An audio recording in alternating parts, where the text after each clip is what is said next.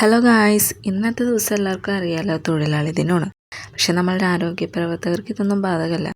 അതുകൊണ്ട് രാവിലെ എഴുന്നേറ്റ് കുളിച്ച് റെഡിയായി ഞാൻ നേരെ ലാബിലോട്ട് ചെന്നു. കോട്ടൊക്കെ ഇട്ട് റെഡിയായി ഞാൻ പേഷ്യൻറ്റിനെ കാത്തിരിക്കുകയായിരുന്നു. കാത്തിരുന്ന് പേഷ്യൻസൊക്കെ വന്നു. പിന്നെ അങ്ങോട്ട് തിരക്കായിരുന്നു. രാവിലെ ഒരു 6:30 ആകുമ്പോൾ ലാബ് തുറക്കണം. രാവിലെ വരാനൊക്കെ കുറച്ച് മെനക്കേടാണ്, എന്നാലും ഇപ്പം അതൊക്കെ ശീലമായി. കുറച്ച് കഴിഞ്ഞൊരു 10 മണിയാകുമ്പോഴത്തേക്കിനും ഡോക്ടറൊക്കെ വരും. ഇതിൻ്റെ ഇടയിൽ ബ്രേക്ക്ഫാസ്റ്റൊക്കെ കഴിക്കൽ കണക്കാണ്. ഇന്ന് ലാബിൽ വർക്കുണ്ടായ കാരണം പുറത്തോട്ടൊന്നും അങ്ങനെ ഇറങ്ങാൻ പറ്റിയില്ല.